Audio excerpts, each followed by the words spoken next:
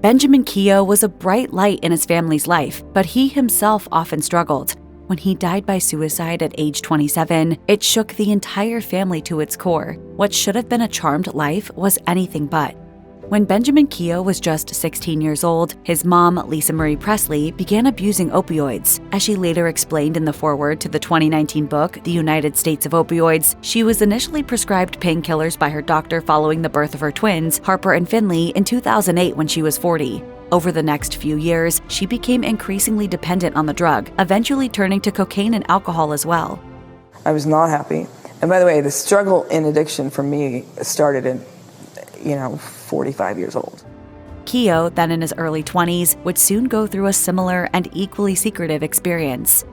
Presley worked hard to keep her struggles out of the spotlight, and it seems Keough did too. The day after news broke of Keough's death, a family friend who spoke with Scientology expert and critic Tony Ortega claimed that the 27-year-old had recently completed a stint in rehab for drug and alcohol abuse. Indeed, according to Keough's autopsy, he'd been known to abuse alcohol and use illicit drugs, cocaine. Both were found in his system following his death. The report also confirmed that Keough had entered rehab on 3 separate occasions, but only finished the program once. What's more, it was reported that he'd spent 3 weeks in a rehab facility just 4 or 5 months prior to his death. Keough's sobriety journey was likely made even more difficult by the fact that he grew up in Scientology, as the church's treatment of addiction is unconventional to say the least. The underground bunker quotes late anti-Scientology commentator Steve Cox as having once said, "Scientologists believe that the Narconon treatment can cure you of alcoholism, and once completed, you can drink in safety again."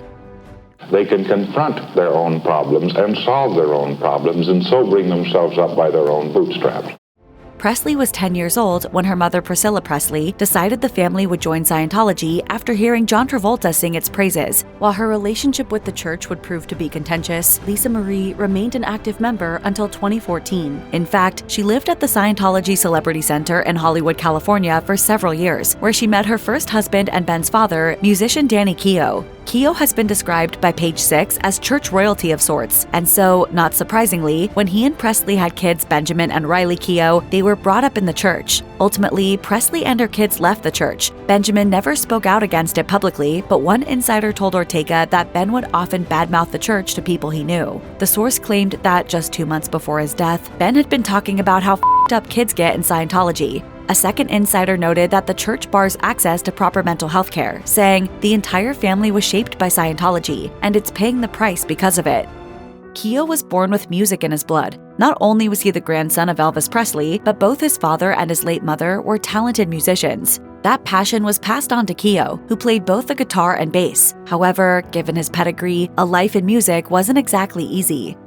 I mean, he loves music, but I really kind of don't want to, that's a lot to put on him, so I'm trying to let him do his thing without pushing that on him so much.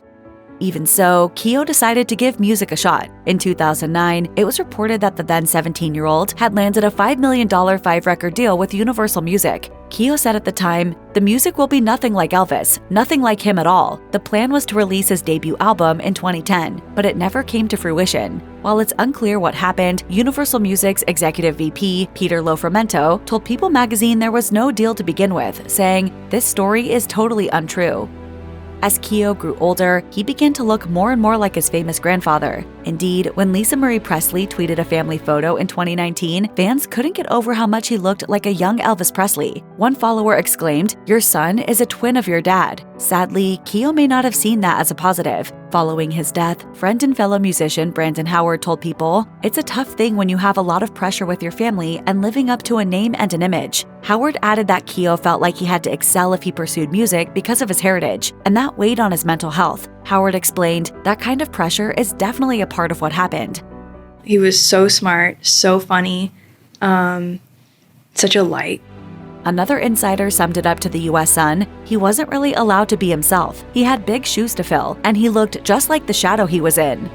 Keough was just 27 years old when he died by suicide inside his mother's home in Calabasas, California in July 2020. The Los Angeles County Medical Examiner's Office confirmed that Keough's cause of death was a single self-inflicted gunshot wound. The autopsy report released that October added context to the events leading up to the tragedy. That evening, there was a birthday party in the house for Keough's girlfriend, Diana Pinto. Security cameras caught them having a possible verbal argument in the backyard before Keough headed for the bathroom. Minutes later, there was a gunshot, and Pinto began to search for Keough. According to the report, she found his bedroom door locked and forced it open using a bobby pin. Upon entering the bathroom, she found Keough lying unresponsive on the floor. If you or anyone you know needs help with addiction issues, needs help with mental health issues, or is struggling or in crisis, please contact the Substance Abuse and Mental Health Services Administration website or contact SAMHSA's National Helpline at 1-800-662-HELP. That's 1-800-662-4357. You can also call or text 988 or chat 988lifeline.org.